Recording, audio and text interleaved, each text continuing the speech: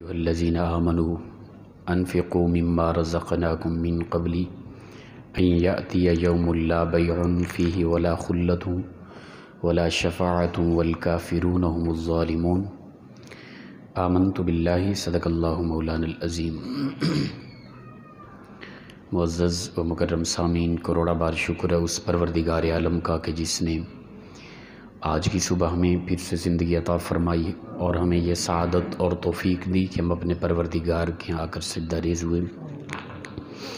اللہ تعالیٰ ارشاد فرماتا ہے، یا ایھا الذین آمنوا، اے ایمان والو، انفقوا مما رزقناکم من قبل ان یأتی یوم لا بیع فیہ ولا خلۃ ولا شفاعہ۔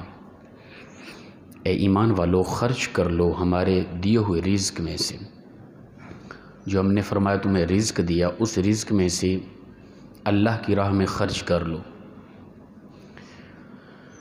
رزق سے مراد صرف کھانے پینے کی اشیاء نہیں ہوتی، یاد رکھیں، نہیں، اس سے مراد صرف پیسہ دولت ہی ہے۔ رزق سے مراد علم بھی ہوتا ہے، رزق سے مراد وقت بھی ہوتا ہے، رزق سے مراد انسان کی صحت جان بھی ہوتی ہے، اور رزق سے مراد انسان کی دولت بھی ہوتی ہے۔ اللہ کی راہ میں خرچ کرنے کے لیے صرف یہ نہیں کہ استطاعت رکھنے والے لوگ ہی خرچ کر سکتے ہیں، نہیں، میں اور آپ اللہ کی راہ میں عطا کردہ رزق خرچ کر سکتے ہیں، چاہے ہم جس قدر غریب ہیں۔ وہ وقت ہے ہمارے پاس، وقت سے زیادہ قیمتی اور کوئی چیز نہیں ہوتی، تو لہٰذا دین کے لیے وقت دیں، ٹھیک ہے نا۔ اسی طرح علم ہے، یہ بھی ایک رزق ہے اللہ تعالیٰ کی طرف سے عطا کیا ہوا۔ رزق کھانے پینے کی اشیاء کا نام نہیں ہے، محض علم ہے آپ کے پاس۔ جس حد تک اللہ کے نبی صلی اللہ تعالیٰ علیہ وآلہ وسلم نے فرمایا، میری ایک بھی بات سنو تو وہ آگے لوگوں تک پہنچاؤ۔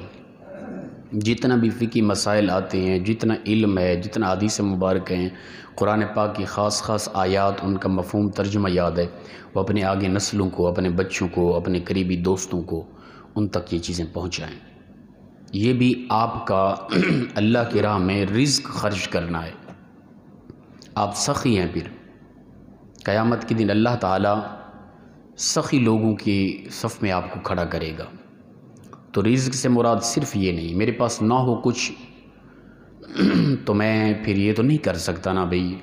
ایک بندہ ہے، اسے دنیا میں اللہ نے ظاہراً استطاعت عطا کی ہے، دولت بھی بہت زیادہ ہے، وہ نمازیں بھی میرے برابر پڑھتا ہے، تسبیح و تحلیلات بھی برابر کرتا ہے ہر عبادت میں، اور اللہ کی راہ میں خرچ کرنے کے حوالے سے تو وہ پھر مجھ سے آگے ہے۔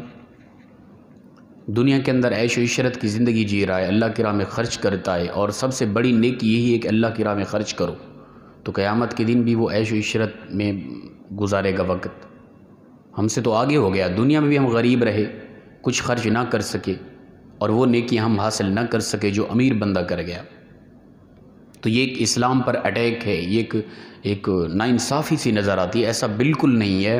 اللہ کی راہ میں خرچ کرنے سے مراد صرف مال خرچ کرنا نہیں ہے، آپ وقت دیں، آپ کے پاس جتنا علم ہے وہ آگے خرچ کریں، یا آپ اللہ کی راہ میں خرچ کر رہے ہیں، یا آپ صدقہ کر رہے ہیں۔ تو فرمایا کہ اللہ کی راہ میں خرچ کرو، جو اس نے تمہیں رزق دیا، اس کے دیے ہوئے رزق میں سے، من قبل ان یاتیا، پہلے اس سے کہ آ جائے، یومن، ایسا دن، یعنی قیامت کے دن، ایسا دن آن پہنچے، لا بیع فیہ ولا خلۃ ولا شفاعہ، اس دن نہ تو کوئی خرید و فروخت ہو سکے گی، نہ اس دن کوئی دوستی باقی رہے گی، نہ اس دن کوئی شفاعت کی جائے گی، کوئی کسی کی شفاعت نہیں کر پائے گا، نہ ہی کوئی کسی کا دوست اس دن رہے گا، نہ ہی اس دن کوئی خرید و فروخت، کوئی بندہ لین دین کر کے کوئی معاملات بہتر کر سکے، ایسا بالکل نہیں ہوگا۔ اس کے اندر کچھ چیزیں وضاحت طلب بھی ہے۔ لین دین کر کے، خرید و فروخت کر کے کوئی معاملات حل نہیں ہو سکیں گے، ولا خلۃ، نہ کوئی کسی کا دوست رہے گا۔ دنیا کے اندر جو دوستیاں تھیں، یہ دوستیاں عام طور پہ ہماری جو چل رہی ہیں، یہ قیامت کے دن بگاڑ کا سبب تو بن سکتی ہیں۔ جس طرح ہمارے ہم معاشرے کے اندر جوانوں کی یارانے ہیں، دوستیاں ہیں، اکٹھے سینما کی طرف چلے گئے، اکٹھے کسی کی عزت کو خراب کرنے کے معاملے میں مشورے لے لیے، ٹھیک ہے نا۔ یہ جو دوستیاں ہیں، یہ آخرت میں بگاڑ کا سبب ہیں، یہ دوستیاں کوئی کام نہیں آئے گی۔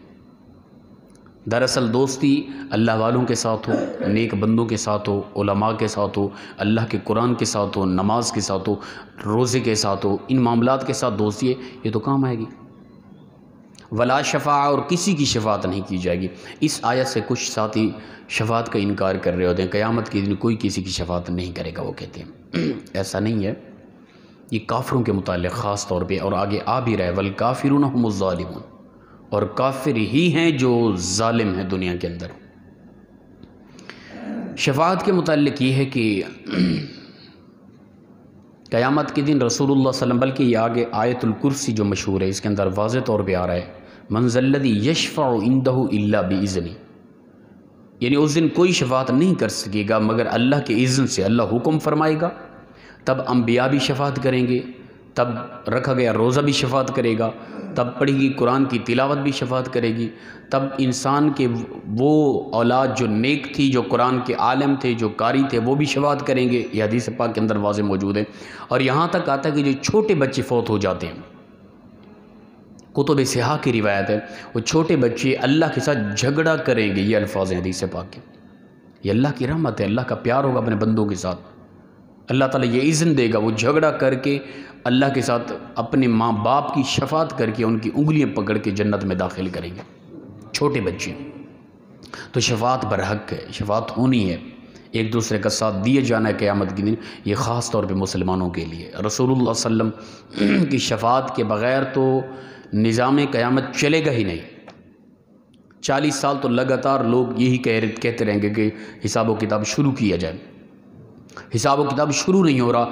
اللہ کے نبی صلی اللہ علیہ وسلم کی شفاعت ہوگی، اللہ کے نبی صلی اللہ علیہ وسلم آواز دیں گے، پروردگار کو آواز دیں گے، تب حساب و کتاب شروع ہوگا۔ یہ شفاعت مصطفیٰ ہے۔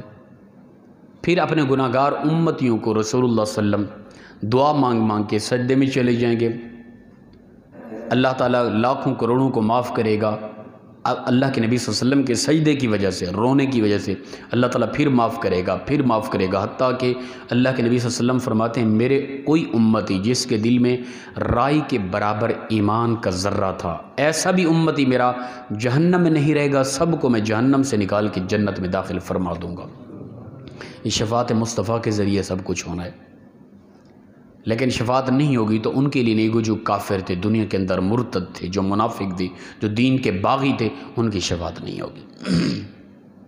اور فرمایا والکافرون هم الظالمون، اور کافر ہی ہیں جو ظالم ہیں۔ دنیا کے اندر، کائنات کے اندر سب سے بڑے ظالم کون ہیں؟ کافر ہیں۔ کافر کسی کا دوست نہیں ہو سکتا، کافر ہی ہیں جن کے لیے اللہ نے جہنم کو تیار کر رکھا ہے، یہ کافر ہی ظالم ہے۔ اور اس وقت بالخصوص آپ مشاہدہ کر سکتے ہیں دنیا کے اندر بڑا دہشت گرد، بڑا ظالم، بڑا فرعون، شیطان کا بچہ کون ہے؟ وہ کافر اور یہ یہودیت ہے۔ جب تک یہ دنیا کے اندر ان کا وجود قائم ہے نا، دنیا میں امن نہیں آ سکتا، یاد رکھیں۔ یہ شیطان ہیں، شیطان کی اولاد ہیں، انہوں نے یہ فتنہ برپا رکھنا ہی رکھنا ہے ہمیشہ۔ یہ شروع میں وہ جب ان کا ہوا تھا نا ہٹلر کے حوالے سے، وہ ان کا صفایا کر دیتا تو دنیا کے اندر امن قائم ہوتا۔ جب تک یہ وجود ہے، ان کا ایک کا بھی وجود ہے نا یہودیت کا، یاد رکھیں، اس وقت تک دنیا میں امن قائم نہیں ہو سکتا، سوائے شرارت کے، شیطانگی کے، اور کوئی کام نہیں، انہیں یاد رکھیں۔ اور یقیناً مسلمانوں کو کب تک یہ انتظار ہوگا؟ ان قریب کرنا پڑے گا۔ آپ سمجھے نا، کبھی تو یہ باز آئیں گے۔ ہم کوئی اقوام متحدہ میں آواز اٹھائیں گے، کوئی عالمی عدالتوں میں کیس کریں گے جا کے، یا کوئی اطمینان ہوگا اور یہ باز آئیں گے، یہ ہماری بالکل بھول ہے۔ اس کا صرف ایک حل ہے، وہ اعلان جنگ ہے، ان کو صفحہ ہستی سے مٹانا ہے، تب دنیا کے اندر امن قائم ہوگا۔ اس کے علاوہ کوئی بھی حل نہیں ہے، اس کا یاد رکھیں، اور یہ کرنا پڑے گا بس۔ آپ کہیں کہ جذباتی گفتگو ہے مولویوں کی، نہ اٹھائیں آپ تاریخ، قرآن و حدیث کو اٹھائیں، دیکھیں یہ رسول اللہ صلی اللہ علیہ وسلم کا فرمان ہے باقاعدہ۔ یہ لوگ شیطان کی اولاد ہیں، یہ کبھی باز آنے والے نہیں ہیں، کائنات کے بڑے دہشت گرد یہی ہیں، دنیا کے اندر امن کو برباد کرنے والے لوگ یہی ہیں۔ اور دنیا کے اندر اگر ہم امن چاہتے ہیں، کائنات کے اندر اگر سکون کی زندگی چاہتے ہیں، اور اس دھرتی پر امن چاہتے ہیں، تو اس یہودیت کو صفحہ ہستی سے مٹانا ہوگا، اس کے علاوہ کوئی حل نہیں ہے۔ آپ کر لیں، پوری دنیا کے اسلامی ممالک متحد ہو جائیں، کریں کیس، اقوام متحدہ میں آواز اٹھائیں، عالمی عدالتوں میں جا کے کیس کریں، کچھ لمحے کے لیے آپ کو امن محسوس ہوگا، پھر دوبارہ شرارت شروع ہوگی. آپ دیکھیں گے شروع سے آپ دیکھتے آ رہے ہیں، تاریخ اٹھا کے دیکھیں، ان کی شرارتیں دیکھیں، یہ چلتی آ رہی ہیں.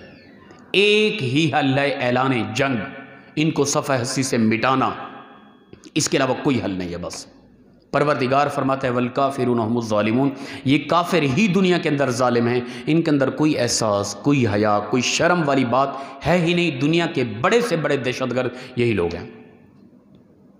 بلکہ ان کی طرف سے کہا جا رہا تھا استغفر اللہ کہ اگر امن چاہتے ہیں تو شہر مکہ اور مدینہ کو مٹا دیں. یہ ان کا نظریہ ہے، یاد رکھیں، اور مین ٹارگٹ ہے ان کا یہ. وہ کہتے ہیں یہ مٹانا ہے، اس کے بعد امن قائم ہوگا. ہم کہتے ہیں اسلام ہے، اسلام سلامتی سے، ہم امن پسند لوگ ہیں، ہم نہیں چاہتے اس طرح. لیکن اگر امن چاہتی ہے دنیا تو پھر ان کو صفحہ ہستی سے مٹانا فرض عین ہے، اس کے علاوہ کوئی حل نہیں ہے. دنیا کے اندر سب سے بڑے ظالم یہ کافر ہیں، والکافرون هم الظالمون. ان کا ظلم کبھی نہیں رکے گا جب تک ان کا وجود دنیا کے اندر قائم ہے. یہ اس دھرتی پر بوجھ ہیں، یہ دھرتی پر غلاظت ہیں، یہ دھرتی پر شیطان کی اولاد ہے. ان کا مٹنا، ان کا یہاں سے ختم ہونا یہ لازم ہے، فرض ہے، ضروری ہے، امت مسلمہ پر لازم ہو چکا ہے. اب بھی اگر یہ ٹھنڈا ماحول اور یہی بس وہ ساتھی اکثر کہہ رہے ہوتے ہیں بنتا ہے، ہم کیونکہ اس وقت ہم اب عوامی لوگ ہیں، ہم کمزور ہیں، ہم نے دعا ہی کرنی ہوتی ہے.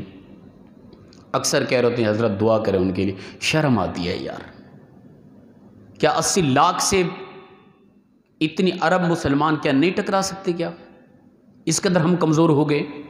ہم نے کبھی اپنی تاریخ کو دہرا کے کیوں نہ دیکھا کہ ہم کتنی تھوڑے تھے اور کس قدر پاور تھی، کس قدر طاقت تھی، کتنی بڑے بڑے طوفانوں سے ہم ٹکرائے.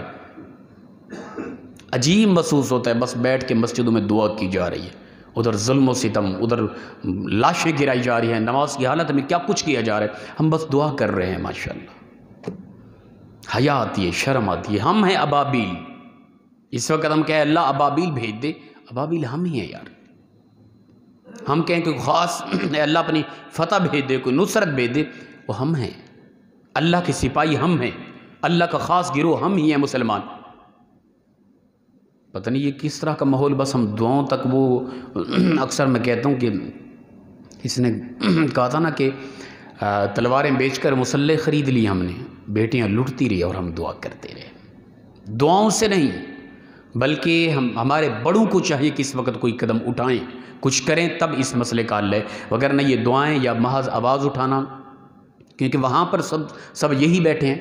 ہم کہیں کہ وہاں آواز اٹھائیں گے، کوئی کیس کریں گے، وہی بیٹھے ہیں، کیا کر سکیں گے؟ وہ سب کچھ انہی کا ہے.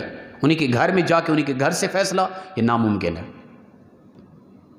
اللہ پاک مخلصانہ انداز میں ہم سب کو عمل کی توفیق دے اور اسلام کی حقیقی ہم سب کو غیرت عطا فرمائے. وآخر دعوانا الحمدللہ رب العالمین.